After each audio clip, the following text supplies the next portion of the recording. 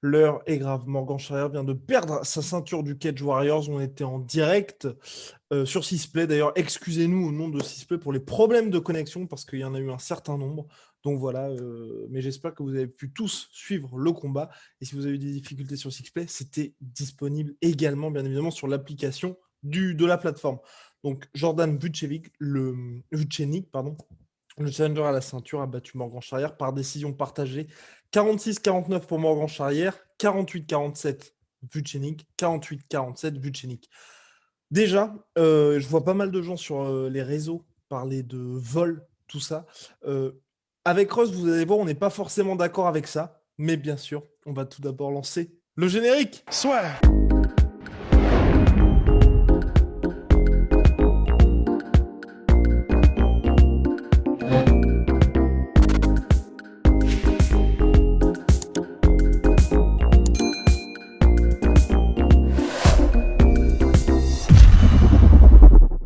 Donc oui, pour ma part, en fait, vol, c'est là que c'est un petit peu compliqué en fait par rapport à ça, par rapport au combat avec Ross. Directement à la fin du combat, on s'est dit, Morgan on avait clairement sous le pied par rapport à son adversaire, qui lui, vraiment, pour le coup, je pense qu'il a vraiment tout donné dans ce combat.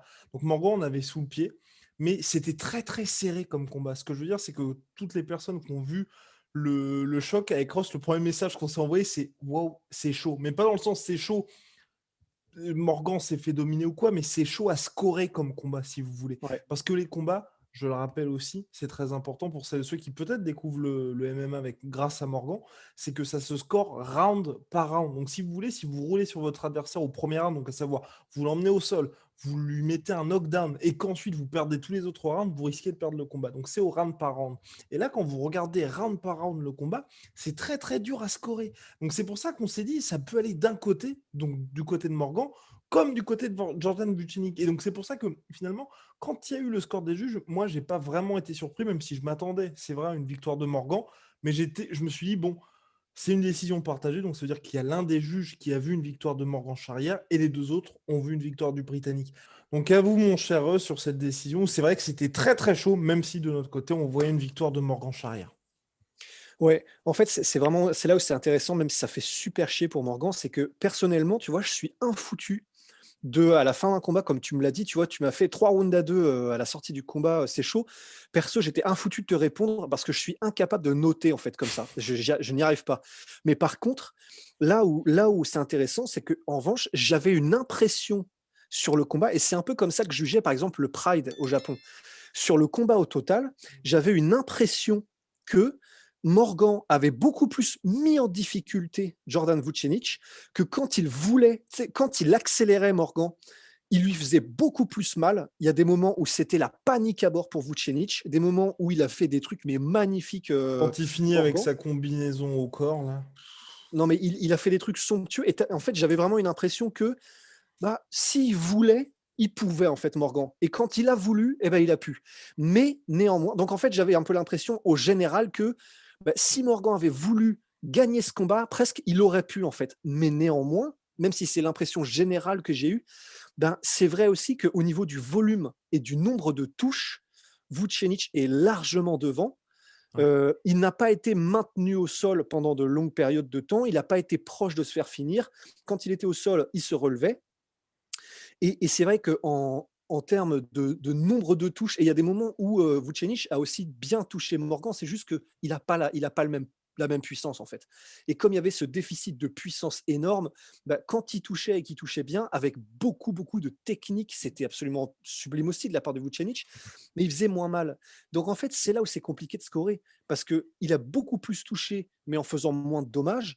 Et Morgan, quand il voulait, toucher et a mis un knockdown ou presque à Vucenic, il l'a mis en mode panique et survie totale. Il lui a Ouais. mis des takedowns magnifiques, dont un en mode GSP, mais somptueux. Je ne sais plus si c'était au Ouais, quatrième ou au cinquième. exactement, exactement. Et c'est ce que nous avons mis dans l'article aussi, récap. Un timing à la DSP, mon cher Rust. Et pour le coup, quand Vucenic, justement, C'est là que Rust en parle, et quasiment mi-knockdown, il fait ce fameux panic takedown de non, non, non, non, il faut surtout pas que justement je me prenne un knockdown ou que je sois mis KO. Et là, Morgan arrive parfaitement à inverser la tendance et à l'amener au sol aussi.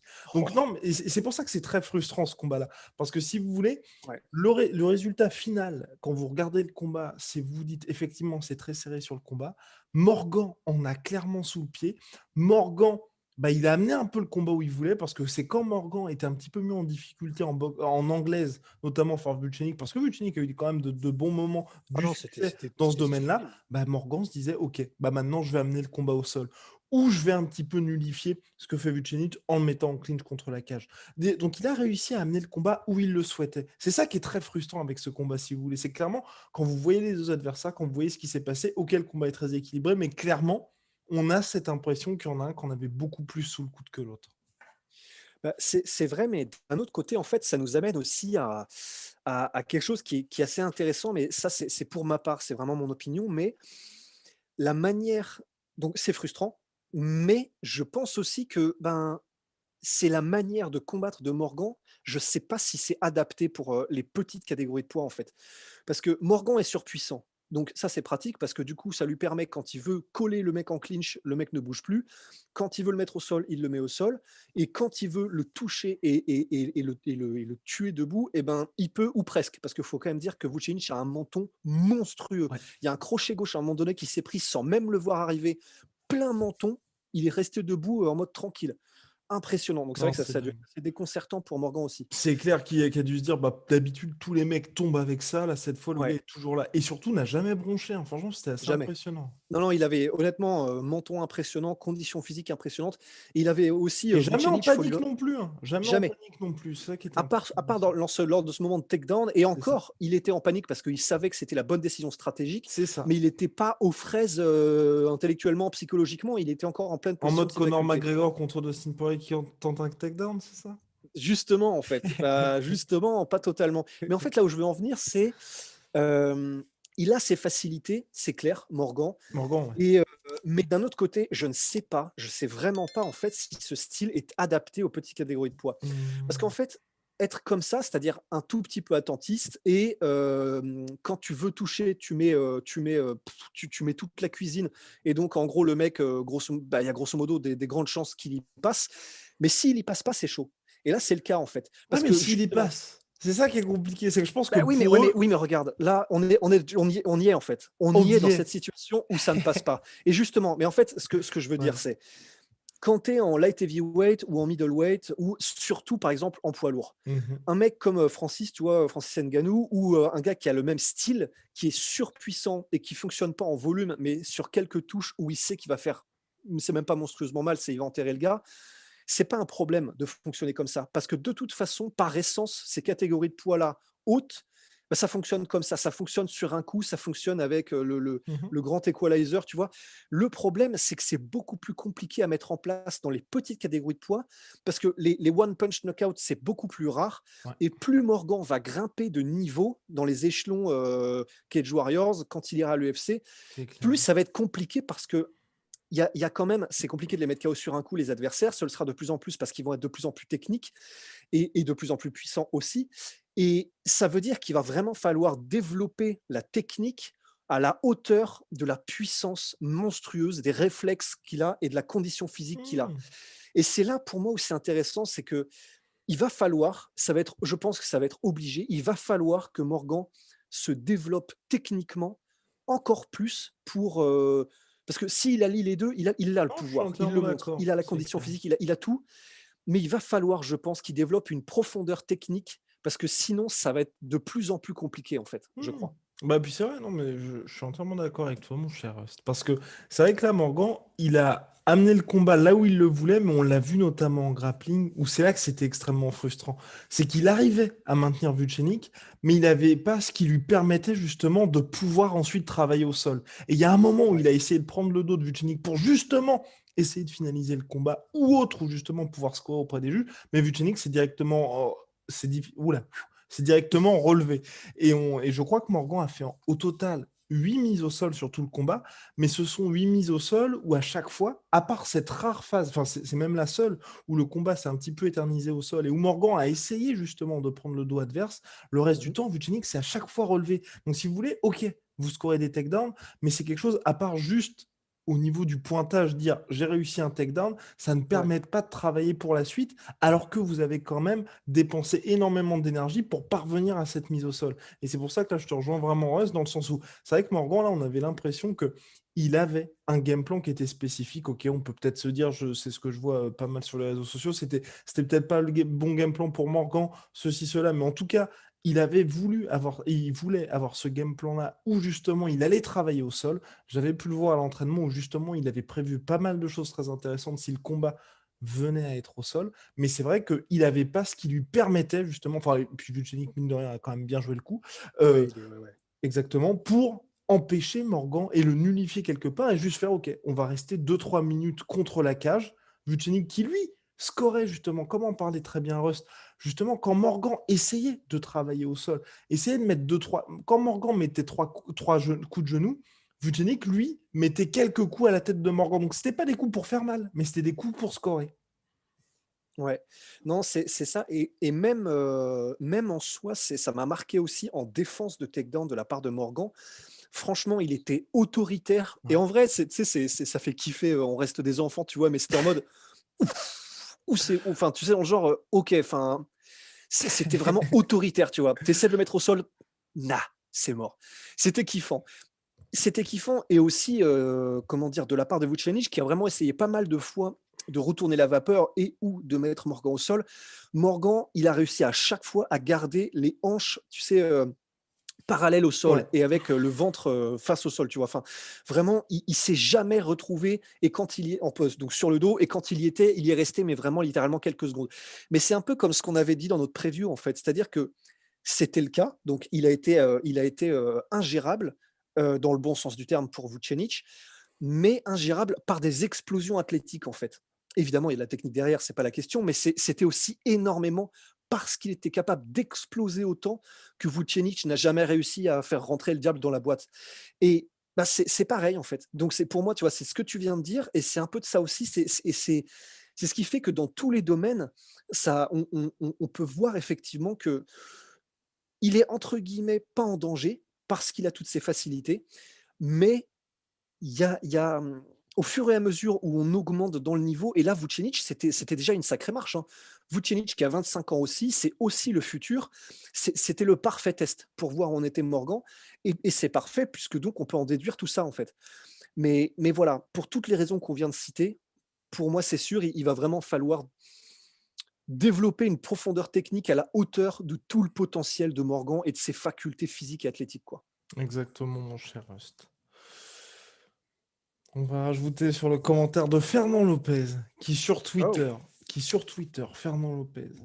Oh le vol, Morgan Charia, hashtag unstill. Le plus gros braquage de l'histoire du MMA.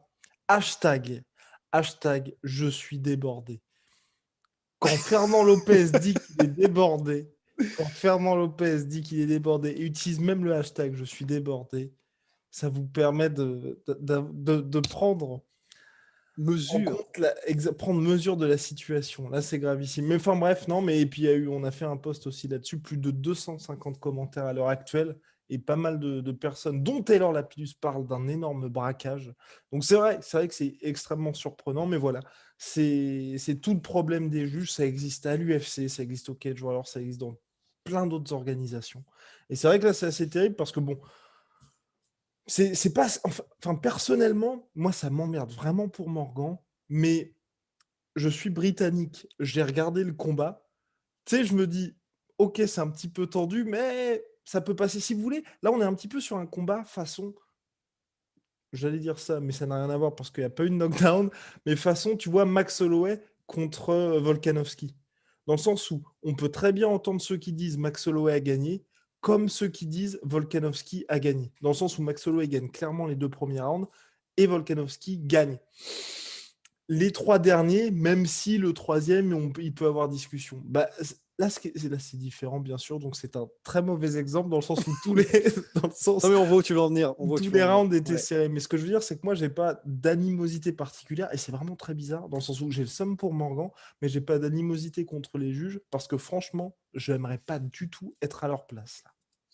Mais c'est ça parce que en fait, c'est voilà, comme on l'a dit, on avait de toute façon tous les 2 l'impression que Morgan avait gagné, même si c'était très chaud.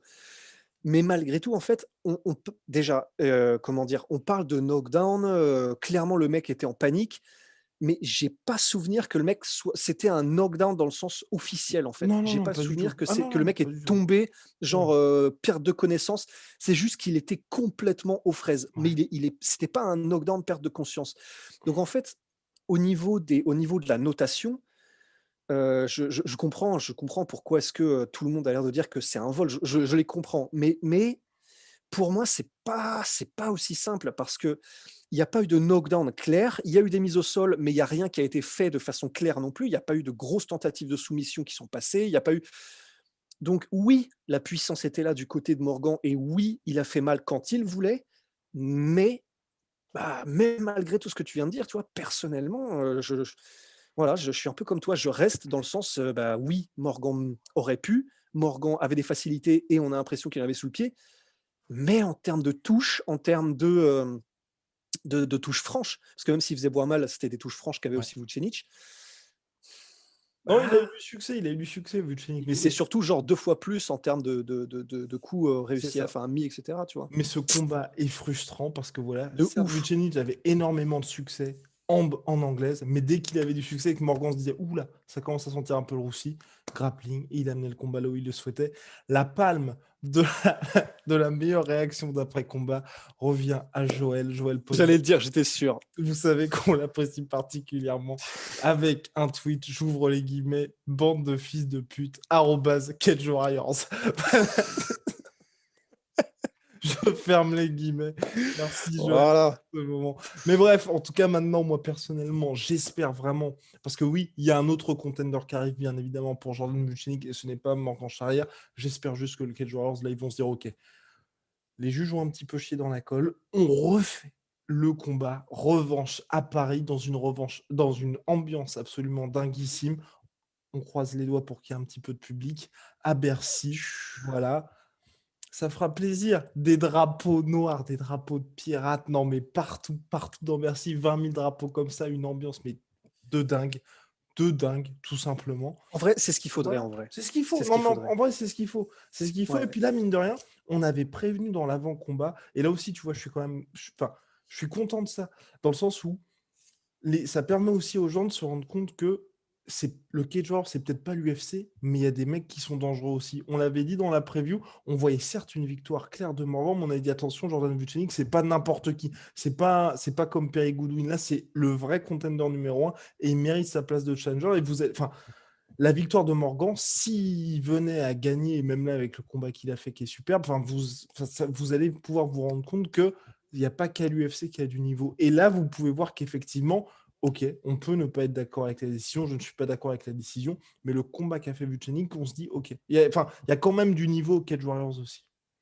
Ah bah de ouf. Bah, de toute façon, entre guillemets, ceux qui sont à l'UFC, ils étaient bien autre part avant. Donc, enfin, c'est quelqu'un qui est très bon, qui va à l'UFC, mais donc il est très bon avant d'aller arriver à l'UFC. Enfin, tu vois ce que je veux dire? Donc, forcément, ils sont très bons avant quelque part, tu vois? Et généralement, ils sont très bons au Cage Warriors avant d'aller à l'UFC. C'est une antichambre de l'UFC et c'est connu, c'est voilà. Mais en tout cas, mais c'est vrai qu'il faut cette revanche, je pense. Parce que là, honnêtement, on est tellement typiquement dans ce cas de figure de un mec qui en avait sous le pied, qui était plus puissant et qui a plus de facilité face à un mec ultra technique, besogneux, qui travaille en volume et qui arrive un petit peu aux yeux de la notation, en tout cas, à rattraper un peu le retard. C'est tellement typique et comme il n'y a pas eu de finish d'un côté ou de l'autre, que ouais, vraiment, je pense qu'il faut une revanche et qu'entre guillemets, pour le Cage Warriors, c'est nécessaire parce que même si je suis un fan anglais et que je suis britannique et que donc je me dis, bah, pourquoi pas, la décision, ça se tient, machin, machin, volume, tout ça. Je me dis quand même, c'était tellement chaud et le mec en face, donc là je suis anglais, hein, rappelez-vous, et le gars en face, Morgan Charrière, de Mange la jolie. Le mec l'a dit avec tellement de Ouais. motivation, le speaker, c'était impressionnant. Mais clairement, Vucenic n'était pas prêt de le mettre en état de nuire, mais pas prêt. L'inverse, oui. Donc, si je suis fan britannique, je me dis quand même, c'est compliqué de continuer sa carrière en mode, ouais, c'est bon, j'ai coché la case Morgan Charrière, tu vois. Donc, il faut une revanche, je pense. On veut le rematch. On veut le rematch. N'hésitez pas, bien évidemment, dans le calme et le respect, s'il vous plaît. S'il vous plaît, s'il vous plaît. S'il vous plaît, s'il vous plaît. Le respect, de toute façon, je préfère préciser chaque fois qu'il y a des insultes, nous ne bannissons pas les gens. C'est le bot de Ouais, nous, on fait rien, hein. qui bannit les gens. Donc bref, n'hésitez pas à nous parler de vos réactions quant au combat. En tout cas, pour ma part, Morgan méritait de gagner. De là à dire vol ou c'est un scandale, j'irai pas jusque-là. Mais c'est vrai que pour le coup, bref, Morgan avait sous le pied, Morgan méritait de gagner. Ça fait un petit peu chier. Mais en tout cas, s'il venait à récupérer sa ceinture, avoir un nouveau run et ensuite se barrer à l'UFC, ce serait superbe. Là, pareil, pas d'inquiétude non plus pour la suite. Il s'est pas pris un KO, il s'est pas fait finaliser. C'était juste un combat serré. Donc là, tous ceux qui vont nous poser la question de est-ce que Morgan c'est mort pour l'UFC ou pour la suite, pas du tout. Pas du tout, pas du tout. Non, C'est non, vraiment pas d'inquiétude. Hein. C'est une décision partagée en plus. Voilà, il s'est pas fait dominer. Il s'est pas fait dominer sur le combat. c'est une décision partagée. Il ne s'est pas fait dominer. C'est le genre d'expérience parfaite, mais parfaite pour apprendre. Et il n'a que 25 ans. Enfin, sans déconner, non, ça va, ça va. On peut être rassuré. Il n'y a rien d'alarmant dans le sens, c'est la fin, quoi. Voilà. Non. Et ben voilà. Un new mais un still Team Morgan Charrière, mon cher Rust. Big shout out à My Sweet Protein. Plus que jamais, My Protein, sponsor de Morgan Charrière, sponsor de la sueur. Moins 38% sur tout My Sweet Protein avec le code la sueur. Moins 10% sur tout Venom avec le code la sueur. Venom, sponsor de l'UFC et sponsor de la sueur. À très très vite, mon cher Rust, pour de nouvelles aventures. C'était un plaisir de partager ce podcast d'après-événement avec vous. Voilà, Pareillement. voilà, bon week-end. Bon week-end. Allez, bon week-end, monsieur.